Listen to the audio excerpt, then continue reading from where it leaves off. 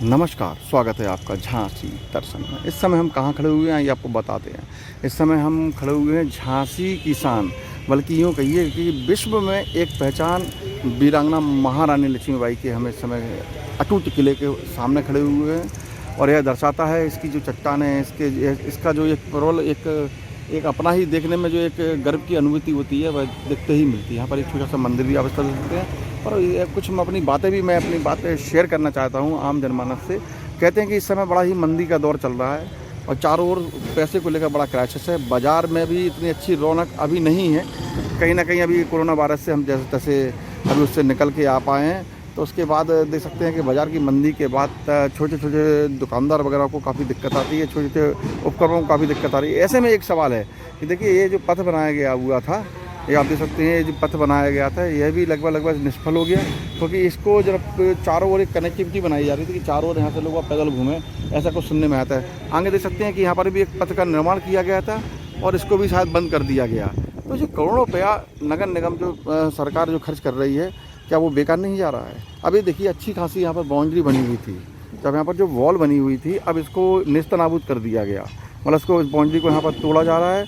तो जहाँ एक और एक कहावत है कि जब हमें कोई भी देश हो या कोई भी ज़िला हो या कोई भी राज्य हो या जो उसमें जो ज़िला होता है, जैसे झांसी एक ज़िला है, तो ये इस तरह की जो सरकार जो मुझे लगता है कि ये जो खर्चा कर रही है, ये मेरे ख्याल से बेफिजूली का खर्चा है, क्योंकि इससे कोई किसी तरह से लाभ नहीं होना है। जबकि इस पैसे को यदि स्किल बिल्ड में खर्च किया जाता है, स्किल बिल्ड का मतलब लोगों को रोज़गार में खर्च किया जाता तो शायद हम लोग चाइना से कुछ आगे निकल जाते, उसको टक्कर दे पाते। लेकिन यहाँ देखिए, आप देख सकते हैं कि इस दीवार को तोड़कर फिर कुछ नया निर्माण, फिर कुछ दिनों बाद अगर कोई बड़ा नेता आता है या देश के प्रधानमंत्री आते तो इसको तोड़कर फिर एक नया निर्माण।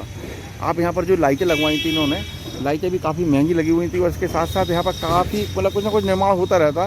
लेकिन मुझे लगता है कि इस निर्माण से क्या रोज़गार मिलता है? क्या इस निर्माण से किसी का भला होता है? या जो यहाँ पर मजदूर काम कर रहे हैं, इनका जो परमानेंट जो मजदूर यहाँ पर काम करते हैं, इनका परमानेंट इनका भरण पोषण होता है? ये तो मजदूर है, मजदूरी करते रहेंगे।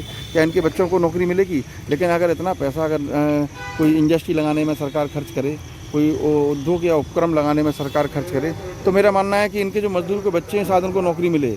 शायद किसी न किसी को 40-50 हज़ार रुपये महीने की भी नौकरी मिले, किसी को 1-1.25 लाख रुपये महीने की भी नौकरी मिले।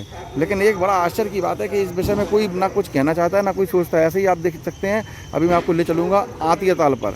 आतिया ताल पर बड़े गौर से देखिए कि आतिया ताल की जो ग्रिल लगी हुई थी, कुछ वहाँ पर निर्माण काफ़ी कुछ हो चुका था, लेकिन उसके बाद दोबारा पूरा निर्माण नेस्तनाबूद कर दिया गया। अब फिर दोबारा ग्रिल लगा रहे हैं, फिर दोबारा। इससे क्या फ़ायदा? इससे भाई जब देश में इतना क्राइसिस चल रहा है, पैसे को लेकर इतना पैसा नहीं है, तो कोशिश सरकार को करना चाहिए कि उसी जो हमारे पास साज और संसाधन है उसी के द्वारा ही इन चीज़ों को आगे बढ़ाना चाहिए। लेकिन फिलहाल देखते हैं क्या होता है। अब चूँकि आम जनमानस सब चीज़ों का विरोध नहीं करता है, ना तो किसी को कोई मतलब है ना किसी को कोई लेना है, जो चल रहा है चलता रहे। सिर्फ जैसे बताते हैं कि नगर निगम की ठेकेदारी में करीब 16 से लेकर 22% कमीशनगिरी चलती है। कमीशन वो होता है कि 20-22% कमीशन देना पड़ता है। ऐसा मान लीजिए कोई 100 रुपये का काम है तो उसमें 20 रुपया तो कमीशन में ही चला जाता है, वो अधिकारियों और ऊपर तक जाता है। बताते हैं कि ये ऊपर लेवल से जो टेंडर पास होते हैं वहाँ तक पहुँच जाता है। तो इस कमीशन के चक्कर में यह केवल अपना व्यक्तिगत आधारभूत फ़ायदा उठाने के लिए इस तरह की ये योजना बनाते हैं, तोड़ते हैं, फिर बनाते हैं। लेकिन मुझे लगता है इसका कोई उद्देश्य नहीं देखते हैं। यहाँ पर किस तरह से इतनी अच्छी मजबूत दीवार को यहाँ पर नेस्तनाबूद किया जा रहा है। फिलहाल कहीं ना कहीं अब आम नागरिक को भी सोचने का एक अपना नज़रिया बदलना चाहिए और सोचना भी चाहिए कि आप आने वाली पीढ़ी को क्या दे जा रहे हैं। जब यदि सरकार का खजाना खाली हो जाएगा तो सरकार कहीं ना कहीं महंगाई बढ़ाएगी, और महंगाई आम आदमी को पड़ेगी। वही महंगाई हम लोगों को बोझे के रूप में उठाना पड़ेगी और हम लोग को और ज़्यादा मेहनत करना पड़ेगी। जबकि अमेरिका वगैरह बड़ी बड़ी कंट्रियों में ऐसा नहीं होता है।